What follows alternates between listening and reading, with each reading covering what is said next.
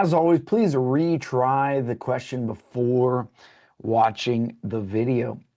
There's only one thing you need to know to be able to get this question correct, and that is, what is another common way to recognize a clause question?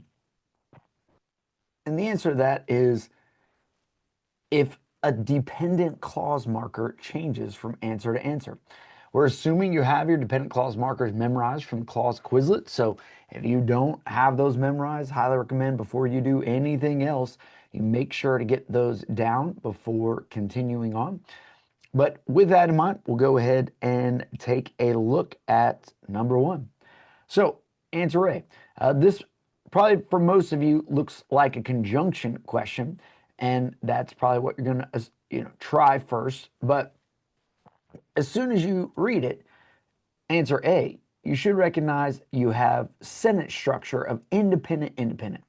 Brazilian chef Alex Italia opened. So that's a subject verb combo. It does not start with a dependent clause marker. People told is right after the comma.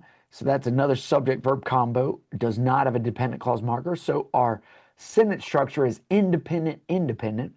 And they did not separate it with one of the 5 ways. So answer A is wrong because the clauses are separated improperly. Answer B is wrong for the same. And answer D is wrong for the same. The only one that puts a dependent clause marker on the first clause, making it dependent followed by independent, which is properly separated by a comma, is answer C. That is indeed our correct answer. If this made sense to you, please add it to your cheat sheet or worksheet. Write what you learned along with the answer on the explanation side, and then continue on to the next clause 3 question that you missed on this test.